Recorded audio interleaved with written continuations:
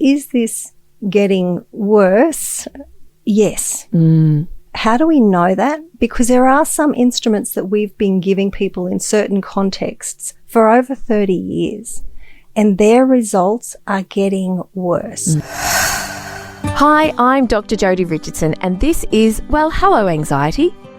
In a world that often moves too fast, we're here to pause, breathe, and understand anxiety together. Each episode will explore practical strategies, share honest conversations, and uncover the science behind anxiety and well-being, all while creating a space where it's okay to not be okay. Let's continue this journey together.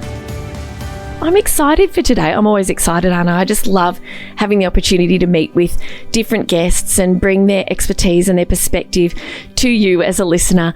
I'm particularly happy today because my guest is here in the studio with me, so I'll introduce her in just a moment. Our episode today is actually, we're going to bring a really refreshing and thought-provoking perspective on anxiety. And what we're going to do, which is a little bit different, is we're going to zoom out from us as individuals, because we do spend a lot of time thinking about and talking about what's happening for us in our own lives and in our families' lives. And we're going to zoom out and have a bit of a look at the bigger picture and the influences of our society and culture. And I'm joined today by the wonderful Claudette Foley. She is a community psychologist, and she has more than 35 years of experience across psychology, business, education, and even computer programming, and is a beautiful example. And what we were chatting about off air is the way that our various kind of pathways professionally often all come together when we find the work that we really love, and how we can bring together skills and insights from other walks of life. So Claudette's work is about helping people, families and communities to live more meaningful, connected and empowered lives. And she actually does this by drawing on everything from biology and sociology to neuroscience and wellness. And we're going to have the joy of the integration of all of those domains today. She's also been, and this is extra special, she's been part of a global team with Dr. Russ Harris, who is such a legend in the area of acceptance and commitment therapy. She's been working with Dr. Russ Harris developing ACT-based stress tools for the WHO, for the World Health Organization. So if we stop for a moment just to think how special our guest is today, she's been working in a really important and influential global role. Is that a reasonable thing to say? Oh, Casey will cut that question out. And she is going to invite us, we're going to breathe a sigh of relief today, because she's going to invite us to think about anxiety from a different perspective, that it's not always just us, that sometimes we're reacting to what's happening around us. So if you've ever thought, why am I like this? Or alternatively, maybe it's just me, I think you'll think differently about that and perhaps start asking different questions after listening today. So, Claudette, after that very lengthy intro, it's just such a pleasure to welcome you to the podcast. Thank you for joining me. And Claudette brought the most beautiful bunch of flowers into the studio today. So that's just extra special. So I'm really delighted to have you here. Oh, no, it's my absolute pleasure and privilege. And I'm really excited to be able to talk about these things, because I just don't think they do get enough airtime. I agree. Yeah. I agree. And I want to start with a really broad question. Considering your expertise in community psychology and what I've just shared about your incredible background in the intro, what is influencing the really high levels of anxiety amongst the population these days? And you know what, Jodi, I would love to give you one answer. I would love to say it is me. But of course it's multifactorial. There's many, many different factors.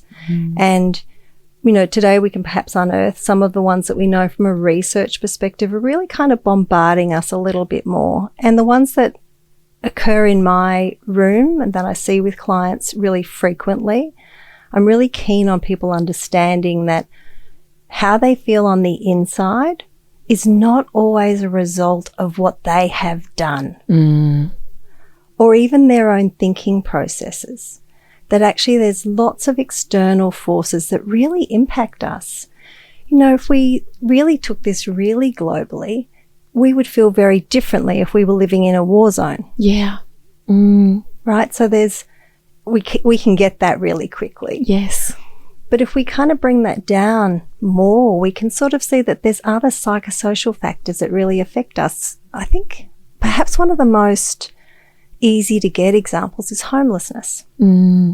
All of us can imagine that when we would be homeless, we would be scared. We would be wanting to engage with society more. We might feel lonely. We might feel isolated. We could certainly relate to feeling quite anxious and depressed. Yeah.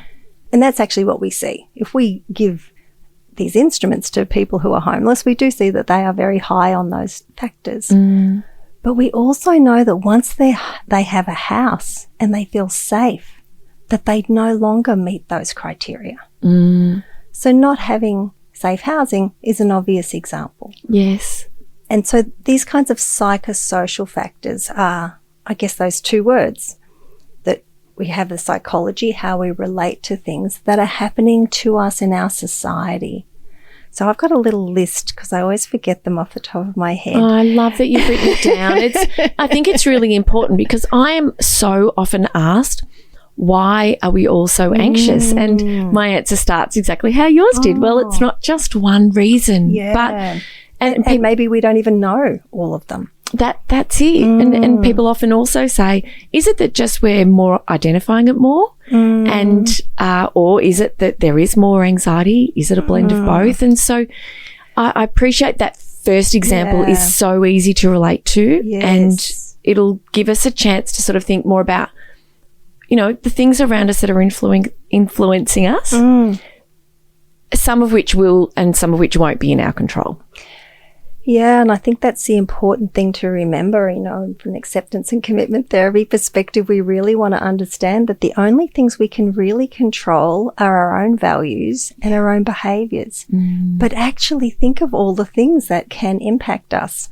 You know, some of the social determinants of health, they're your socioeconomic status, your education, access to housing, transport, food security, your social support network, access to healthcare. So those social determinants of health are really kind of, I guess, obvious in some ways. But if you are the person who's listening right now and subject to those factors, it's very easy to blame yourself for how you feel and not the fact that perhaps it's really difficult for you to make ends meet at the moment. And so you can start to feel like, well, other people seem to have this all together and I'm the one who feels like I don't. So I really encourage you to kind of look at your life and the factors that are around you, not from a victim perspective, not from a poor me, woe is me, just from a, actually these are things I'm dealing with.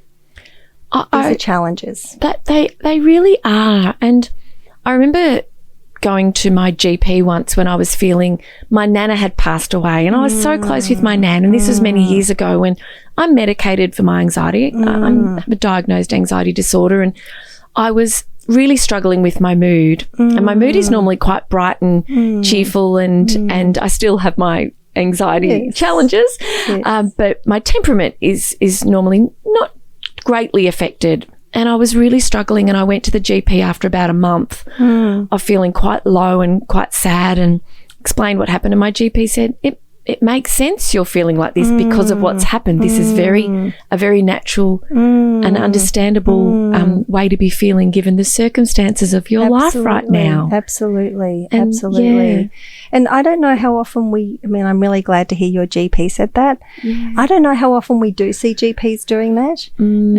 And we can very often see that there's an incentive in some way for a doctor to alleviate their own anxiety by handing out a prescription. Yes. So there's also another external factor.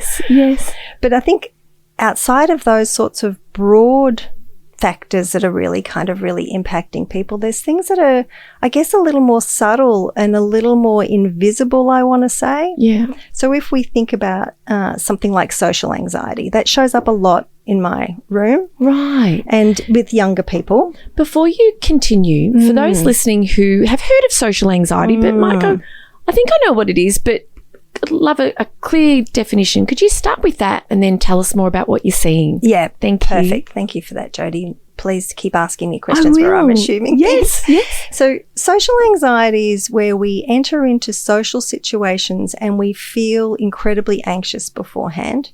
when we're in the social situation, we might start to have ruminative thoughts about, I'm boring, I've got nothing to talk about, I'm not interesting, everyone else is more interesting than me.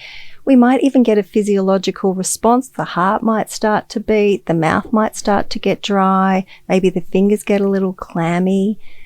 And once that starts to happen, we are really caught up with ourselves. Yeah. And then it's really difficult to stay in the situation. And lots of people will leave the situation, and often then they will really start to withdraw from social activities, understandably, that because, technically speaking, their body's going haywire. Yes, it does not feel good. Get me out of here. It does not feel good. I don't want to be here. Oh, and next time I think about going to that situation, it's also going to feel really terrible. Yeah. So social anxiety is really common with younger people, and we do tend to see, and we have seen over time, that as people get a little bit older, this can resolve somewhat. But to your question earlier, is this getting worse? Yes. How do we know that? Because there are some instruments that we've been giving people in certain contexts for over 30 years, and their results are getting worse. So for age group, we are seeing a decline. Yeah. Absolutely. Without, there's just shadow no of a doubt. There is no shadow of a doubt. Read the latest World Happiness Report and you will see that.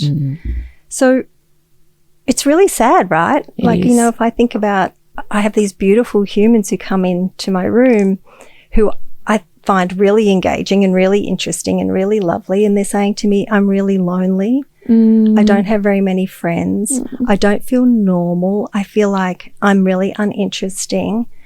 So what am I going to do? It's something about me. Can you do something to help me get better and more normal? Yes. Oh, from a psychologist's point of view, it must just be so heartbreaking. I'm sure that you develop a thicker skin, for want of a better expression, but you go into this profession because you do care about people, and but also I guess that they've taken action. They're there to get help, and that you can support them to ultimately, which is what they're looking for, to feel better and to have a richer life. And we know in ACT, it's not just about feeling better. That's right. We don't wait for that. But that's tough. Loneliness is a very big challenge for a lot of people. For a lot of people. And, that World Happiness Report that I just referred to surveyed 200,000 youth, I'm going to say from 22 different countries. And the age group between 18 and 29, almost 20% of Australians between the ages of 18 and 29 reported not having one person that they feel close to. So the question was a yes or no question. Is there one person that you feel close to? Yes or no? And you said 22% said no. 22% said no in the latest World Happiness Report. So we're not doing something right. Yeah. Understatement. Yes. But one of the things that we want to think about, and one of the things that I'll say, is that this is a societal, cultural thing. Australia is highly extroverted as a culture. So we have an expectation that people will go out in big groups. We have an expectation that people will want to be in this situation and cope with it quite well. But lots of people's bodies are more introverted. So we've got this kind of double whammy. We've got our own individual body, but we've also got a culture that we sit in. Yes. So in this extroverted culture, we might go out and everyone's talking. Everyone's got a story. Maybe people are talking over each other. Yes. And we're trying to listen to each of those conversations, try to be a part of it, try to participate. But it can become really overwhelming. And so we find ourselves retreating from those situations. Yeah. So I'll often explore with clients, what about other situations? What do we notice when you're with one or two people? What do we notice when you go for a walk along the creek? So we start to explore, when do you feel connected to people? Yes. When do you feel that this is something that you're good at, to listen, for example, to share, so that they can start to see, actually, all right, I do have some good skills. Yes. I am a nice person. Yes. But actually these situations and these contexts, they don't really suit my body.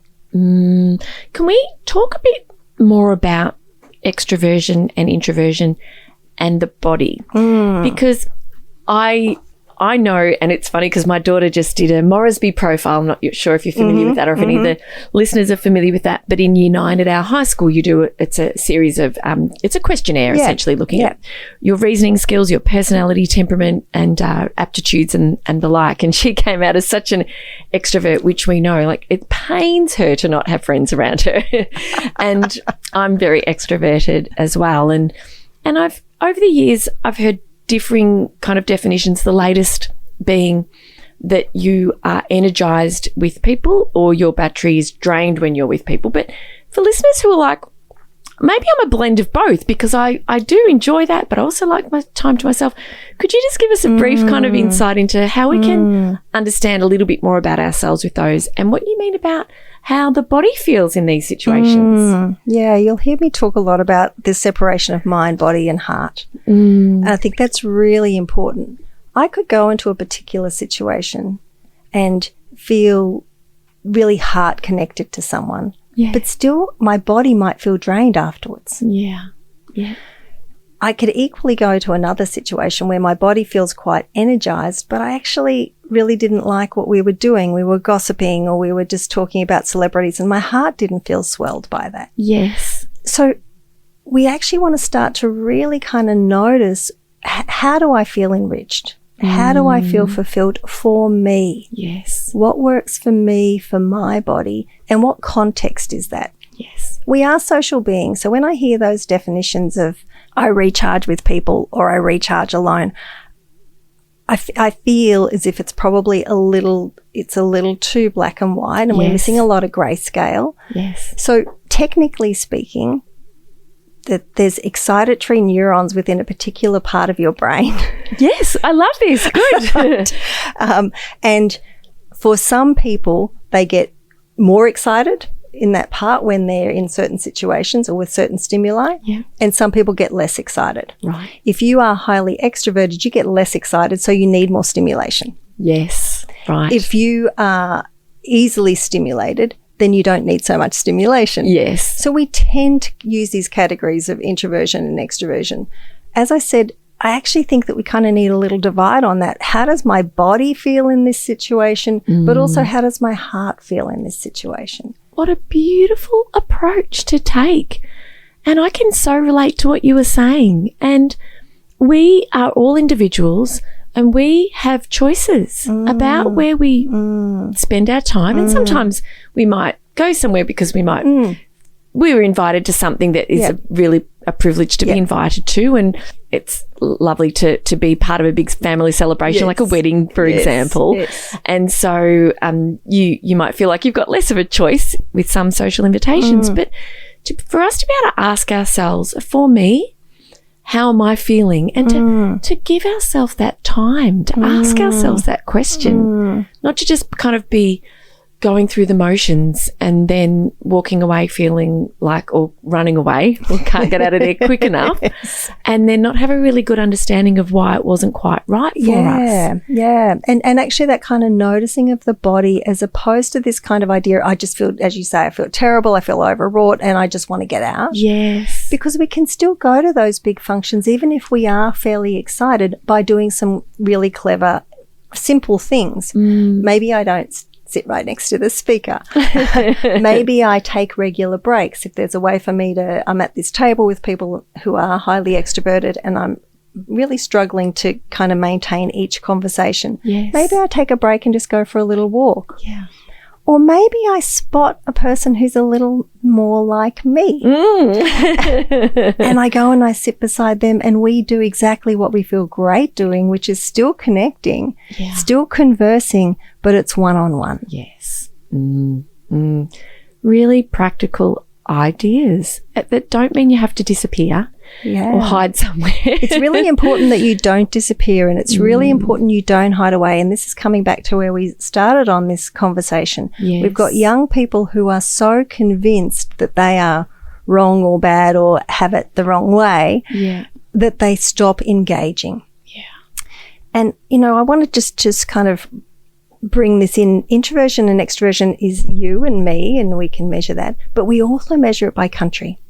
So we have a tool called an OCEAN. O is for open as opposed to closed. Yes. C is for conscientious as opposed to not being conscientious. Yes. E is for extrovert versus introverted, and N is for neurotic. Right. So those dimensions and their opposites, so it actually ends up being 10 dimensions. It's a really simple instrument. And if you give that to people across different countries, we kind of get this idea about how neurotic or open or extroverted a country might be. Right. From this instrument, we know that Australia is one of the more extroverted countries in the world. Not the most. It's along with New Zealand, US, and some countries. There's 54 countries in Africa. So some countries in Africa, Nigeria springs to mind, and the Middle East, interestingly enough. Yes. So the converse of that is more introverted cultures, which would be Korea, Japan, and a lot of Australians will have visited Japan. And they might have noticed that they seemed a little loud there. I'm sure I would. A little chatty, a little too eager to make eye contact. Yes. And yes, you've just reminded me when I was in London with my brother, because I will walk down the street and say, good morning, hello. I'll compliment total strangers. It gives me joy. Yes. You know, if I can say to someone, I love your hair, and they're like, oh, thank you. Like, I feel so good. Like, yes.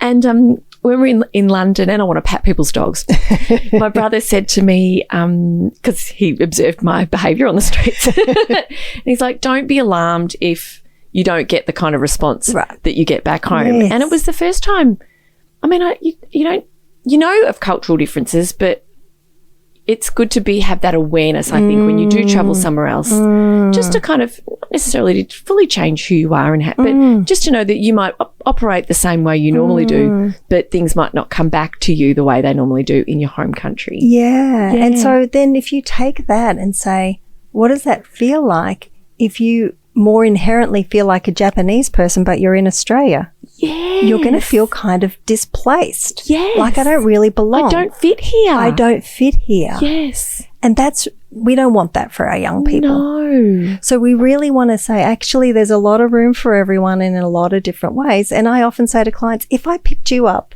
and plonked you into Japan, what if you had no anxiety? What if this felt just right? Oh, and lots of times people say, that's actually true. When I've traveled there, that felt so right for me. Yes. So it's not that there's something wrong with you. It's just that where you are sitting and the things you are doing and your own expectations of yourself, but also our culture's expectations of you, are making you feel like you're misaligned. Yes. And like there's something wrong with you. There's something wrong with you, that you're somehow broken. Yes. It's really important that people hear that's just not true. Right? This is just really a reflection of what our societal cultural expectations are. And that actually, even within that, changes. You know, what's expected of the group between 18 and 25 is different from what's expected from 35 to 45 or 70 to 85. Right? So even within our culture, there's different societal expectations. Yes, of course. Yeah. And so, you know, I guess I always want people to hear that they can feel like they belong. They can feel like they're accepted. This doesn't have to be something that they need to mask, is the other thing I see young people doing, masking, going out and saying, right, well, I have to pretend to have the best story and do the thing. And, you know, and that's exhausting if it doesn't come to you naturally. Square peg in a round hole. And, and what a relief. Like, I can just picture shoulders dropping when somebody gets to sit in your room and have these conversations and go, actually, yeah, I keep putting myself in circumstances, not, you know, just because I'm part of a social group, and you might be part of a social group because you sat with these people at school, and then all of a sudden you're old enough to be going out to the pub or doing things and getting out and about in the world and realising, you know, maybe this isn't quite the right fit for me. There are people around and experiences around that will work for me. Just need to understand what I need. Yeah. And be good with it. And be okay. Yeah, be more than okay. Like, embrace it. Yes, yeah. Look, and, you know, the other thing I sometimes encourage people to do is to kind of notice some of those forces when they're out and about. So when you go to the bar, there are different types of communicators.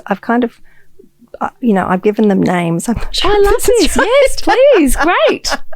But you know the people who are like the impose and control people. They've got a story to tell you. They're going to tell you this story. Often they're quite funny. Yeah. It's quite engaging. And they take all the space in the conversation. Yes. I don't know if you've ever know any of those kinds of people. Nothing wrong, no shade on them. Often they're anxious themselves, right? And this is a strategy and a technique they've developed to manage that anxiety. Yes. But it can make you feel like you don't have anything interesting to say. You arrive and maybe, I'm remembering a client was telling me a story. She'd gone on this really long hike in New Zealand. And when she came back, she was with her group of friends and she wanted to talk about it. But one other friend, as soon as she sort of mentioned hiking, one other friend said, oh, well, I went to the Grampian, 5 years ago and really just took all of the room on that story. And she didn't get to share at all about what had happened in New Zealand. Yeah.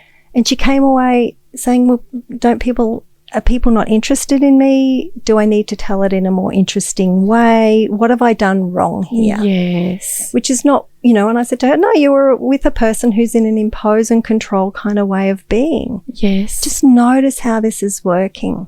Yes. The other kinds of categories we see a lot are friends who are the dump and goes. You meet them, they go, here's all the things that are happening for me. Oh, look, I've got to go. Time's up. And they're gone. I'm left holding the baggage. You've just unloaded your suitcase in my arms and disappeared. And that might be all right? Like sometimes you might be like, oh, I don't mind meeting with those friends because I don't have to make conversation. Yes. Maybe that's okay for you. Yes. But just know, does it feel like I got all this heavy luggage and I'm left kind of carrying it? Yes. Or does it feel kind of okay to me? Yes. Just know that, okay, this isn't about me. This isn't because I'm abnormal or I have got it wrong. It's because this other person is conversing with me in a particular way. Yes. Yeah. And maybe I've set that expectation up somehow in our dynamic. That's possible. Very closely related to that are what I call the whiteboard writers. Like you meet with them and then they just kind of write on, like you're the whiteboard. They're like wanting to tell you something about a topic and they've got all of the information and they're just kind of writing on you. And because it's not something you know about, there's not much that you can offer back. And so you're left in this kind of situation, with a lot of, thinking, not interested. Yes. Do you have any kind of sort of thinking of other people or conversational styles that you've noticed? Totally. And my mum comes to mind. She doesn't mind me talking about her at all, but she has often said that she's pretty comfortable with, in our lives we have different circles of friends or different people. If we're lucky enough to have, not everybody does. But Mum has a handful of friends, and I know that when she's with one particular friend, she's a real listener. Yep. And then when she's with her sister, then they can equally kind of share the stage, so to speak. And it gets. I mean, you've got me reflecting on, where do I fit here? And also, and sometimes I can see myself in a couple of those different roles as well. Exactly. And I have a beautiful friend and we share equally with each other. But sometimes there are conversations where, I've made a phone call and I've had an issue I wanted to sort of share and get support with or advice. And then all of a sudden I've literally been a dumper and a goer, and other times it's been in reverse. Yes. But it seems to be that equilibrium that you find across the friendship. And so it's very supportive in both directions. But I love these labels. And so we've got the imposer. The impose and control. We've got the dump and go. We've got the whiteboard rider. So, I mean, if you just start to kind of notice in your own friendships, when you walk away going, I didn't get to share, or they didn't ask me any questions. And rather than going, that's because I didn't do it right. I haven't found the formula to have that discussion. Yes. Instead, just kind of reflect on the conversation. Actually, what was going on there? And, maybe I've set this up a little bit. Yes. Maybe I sit down and I ask tons of questions and the person's so excited to have that forum in which to be listened to. Yes. But they don't remember to ask me any questions. Yes. Yeah. Yeah. So I just want for people to kind of know that there's some different ways to look at what's actually going on for them in this situation. Oh, it's so good. And no doubt all of us, because I'm learning along with you as a listener, will be able to, like you say, we'll be able to reflect on the people that we're with. And it reminds me of when I learned about givers, takers and matchers. And not that we'll dive in deep, but it's essentially you're a giver or you're a taker or you're somebody who likes to do both. And when I learned about that, I started to sort of just look at people a little bit differently. Like, oh, okay. Yeah. And when you know that you're going to be spending time with people who fall into particular categories, then you're like, well, I'm spending time with this person. I know what to expect. Exactly. And you're better prepared, aren't you? Yeah. And you can, like, as I said, kind of coming back to that formula, what's happening with my body? What's happening with my heart? What makes my heart swell? Yes. And then make some decisions and choices from there. Yes. Don't be inclined. I hear people say, I'm having boundaries and I'm cutting that person out. I don't know that we need to do that. We can just sort of say, okay, this is a friend who dumps and goes and I don't mind that, but I can only do that once a month. Yes. Or here's a person who imposes and control, but, they have a funny story. They actually are good to be with in a pub setting where I don't feel like I have much to say anyway, or I can't talk over people, or I don't like being talked over. I hear that a lot for people who have more introversion tendencies. And you might not know this about yourself as an extrovert, but extroverts tend to talk over each other. Right, yes. So, because they're excited and they want to tell their bit. Yes. And so lots of times people who have more introversion tendencies will say to me, I really don't like being talked over. And when it happens a couple of times, I just stop talking. Yes. And so, going out with someone who's in that kind of big storytelling mode, who never asks questions, could be perfect. Yes, there's a time and a place. And that's why you might connect with that person, like you say, in a social setting at the pub or a trivia night or something like that. Versus if you want to just go out for a dinner or a coffee, then it might be someone else. So just pay attention to what context is for you, rather than kind of really making it all about what you've done wrong. And it must be that people look around, given how our extroverted country here in Australia, and I can see why people will feel like it's not them, it's me. It's I'm supposed to fit into the kind of this culture that I don't really feel kind of works with who I am and what I need. But just that awareness alone, I think, is so powerful. And I think one of the other things you said too is about when you become anxious, you can often speak over somebody as well. Like you're not really listening to hear, you're listening to kind of say the next thing. So I think sometimes if we can just take a breath, take a beat and just think about how we are, have raised awareness about who we're with and what's happening around us, must be such a gift for your clients who just go, oh yeah, that'll make sense. Yeah, and I've got some tools, so now I can kind of notice, okay, I'm really captivated by thinking of the next thing I have to say, as you say. Yes. I'm actually not listening to the other person at all. Yeah. So maybe I could really just direct my focus to, what colour eyes do they have? Oh, right, yes. Maybe I could really just kind of focus on them, get my breath even, get my body calmed, and then I can maybe start to try and re-engage at least one-on-one, for example. Yes. Yeah. Oh, just that alone is because it just calms the body, re-engages the attention. Thank you for sharing this time with me on Well, Hello Anxiety. Remember, understanding anxiety is the first step to managing it. Until next time, be gentle with yourself. Take things one moment at a time. Focus on what you can control and know that you are not alone on this journey. If you found value in today's episode, please share it with someone who might need to hear it too. I'm Dr. Jodi Richardson, and I'll meet you right back here next week.